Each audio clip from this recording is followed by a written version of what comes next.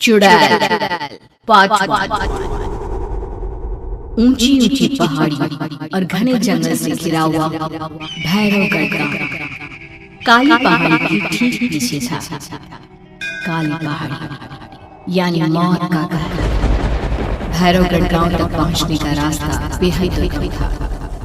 लगभग 24 घंटे घने तूफान और तेज हवाओं की वजह से वहां के वीरान माहौल की कहानियां लोगों के दिलों को दहला देती थी। ऐसे बहुत कम लोग थे जो भैरवगढ़ गांव तक जाने की हिम्मत करते थे। लोगों का कहना था कि इस गांव के आसपास बुरी आत्माओं का साया मंडरा रहा है।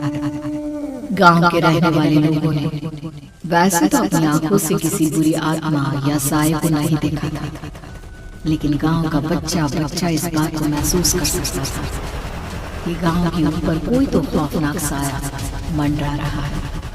और उसकी वजह ये थी कि उस गांव में जैसे ही कोई लड़का 18 साल का होता, उसके 18वें जन्मदिन की रात ठीक 12 बजे अकस्मात उसकी मौत हो जाती।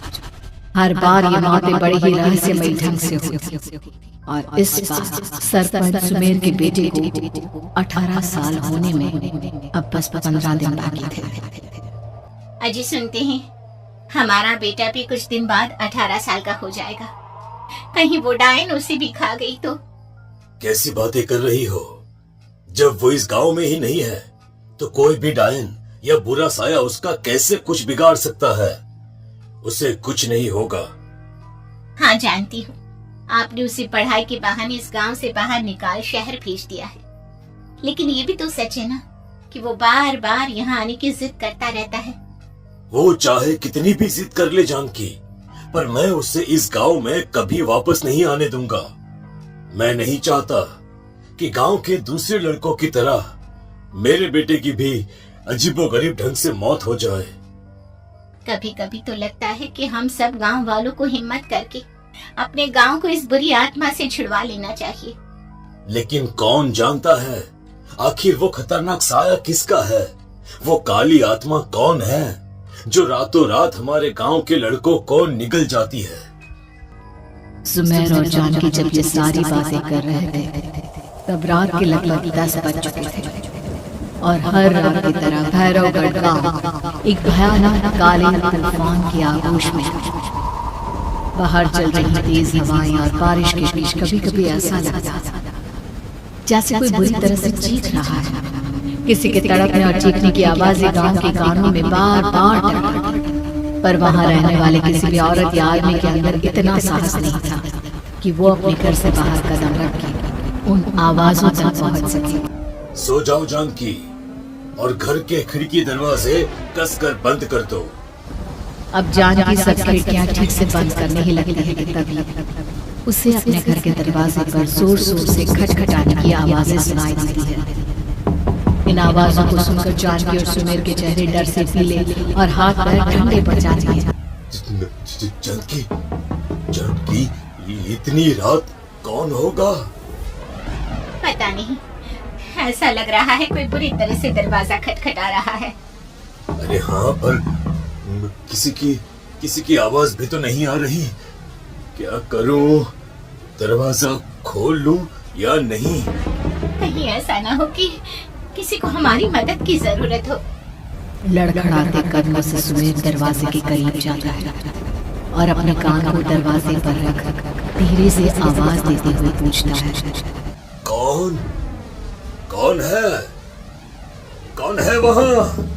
तभी एक बेहद डराने वाली आवाज उसके कानों से टकराती है। दरवाजा खोलो, दरवाजा खोलो, वरना आज की रात इस गांव में कोई जिंदा नहीं बचेगा। मैं जानती हूँ तुम्हारा बेटा 18 साल का होने वाला है। अगर उसकी जान की जरा भी परवाह है तो दरवाजा खोल दो। इस आवाज को सुनते ही सुमेर घबरा कर पीछे हट जाता है और जानकी को पूरी बात बताता है। नहीं, वो डायन हमारे घर तक तो नहीं पहुंच गई। अब हम क्या करेंगे? मुझे दरवाजा खोलना ही होगा जानकी। मेरे पास अब कोई रास्ता नहीं है। इतना कहकर सुमेर डर से अपनी दोनों आंखें कसकर बंद करता है और कांपते हाथों के साथ झटके से दरवाजा खोल देता है। तभी किसी के जोर से हंसने की आवाज सुमेर और जानकी को सुनाई देती है।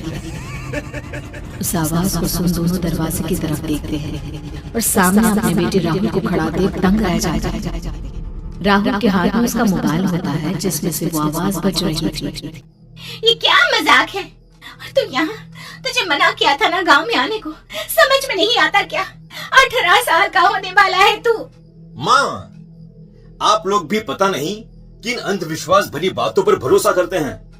क्या मैं अपने घर नहीं आ सकता? आप लोगों से नहीं मिल सकता? देख बेटा, हमने तुझे किसी वजह से ही इस गांव से दूर रखा था और यहाँ आकर तूने अच्छा नहीं किया। चल चल चल, मैं तुझे अभी के अभी वापस शहर छोड़कर आता हूँ। ओफो पापा, आप बेकार की बातों से परेशान हो रहे हैं।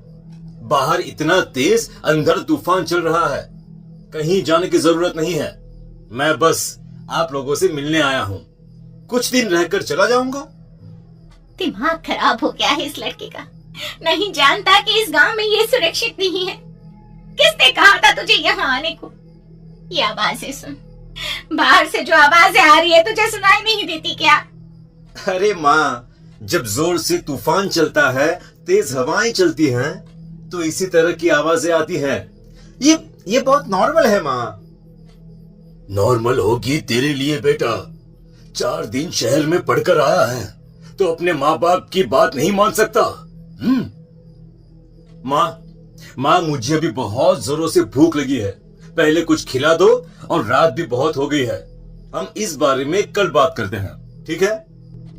राहुल के वापस आ जाने से जानकी और सुमेर की आंखों की नींद उड़ गई थी। खाना खाने के बाद राहुल तो अपने बिस्तर पर जाकर सो गया, लेकिन जानकी और सुमेर पूरी रात उसके कमरे के बाहर पहरेदारी करते रहे। उन्हें पल पल इसी बात का डर था कि कहीं उनके बेटे को कुछ हो ना जाए। रात बीती, सुबह का सूरज निकलता। अब जैसे ही वो राहुल को नींद से जागते देखते हैं तो उन दोनों के दिल को सुकून मिलता है। अरे माँ, पापा, आप अभी तक यहीं बैठे हैं? क्या पूरी रात सोए नहीं? जिनके जवान बेटी की जान को खतरा हो, उन माँ बाप को नींद नहीं आती बेटा। अब तू वापस शहर चला जा। देखो माँ, मैं किसी जरूरी काम से इस गांव में आया हूँ, और वो काम पूरा होने के बाद मैं खुद यहाँ से चला जाऊंगा। काम? गांव में तेरा क्या काम है? पापा, मैं बचपन से ही इस गांव के बारे में बेहद डरावने किस्से सुनते आया हूँ, इसीलिए अब मैं उन्हीं किस्सों के ऊपर डॉक्यूमेंट्री फिल्म बनाऊंगा। रिसर्च करना चाहता हूँ कि आखिर सच्चाई है क्या। हे भगवान, लो जी, सुन लिया, और भेजो इसे पढ़ने के लिए शहर। मैंने आपसे पहले ही कहा था, मेरी बहन के पास दूसरे गांव भेज दो। ना ये शहर जाता और ना उल जुलूल की बातें इसके दिमाग में आती। जानकी और सुमेर राहुल को समझाने की बहुत कोशिश करते हैं, पर वो किसी की बात नहीं सुनता और अपना कैमरा लेकर गांव के पास वाली काली पहाड़ी की तरफ निकल जाता है। अब राहुल जैसे ही काली पहाड़ी पर पहुंचता है, उसकी नजर पहाड़ी की ठीक बीचों बीच बनी एक पुरानी झोपड़ी पर पड़ती है। यहाँ भी कोई रहता है क्या? ये इंटरेस्टिंग होगा। राहुल की आवाज पहाड़ों से टकराकर उसके कानों में सुनाई दे रही थी। उसने चारों तरफ का नजारा देखकर वहां की तस्वीरें अपने कैमरे में उतारना शुरू कर दिया। तभी अचानक राहुल ने अपने कैमरे में खींची हुई तस्वीर को जूम करके देखा, और उसमें उसे जो नजर आ रहा था वो देखकर राहुल की होश उड़ गई। क्या सचमुच उस गांव के ऊपर किसी बुरी आत्मा का साया था? क्या राहुल की जान बच पाएगी? क्या देखा था राहुल ने उस फोटो में जिसे देखकर वो दंग रह गया? इन सवालों के जवाब जानने के लिए देखिए इस कहानी का अगला भाग।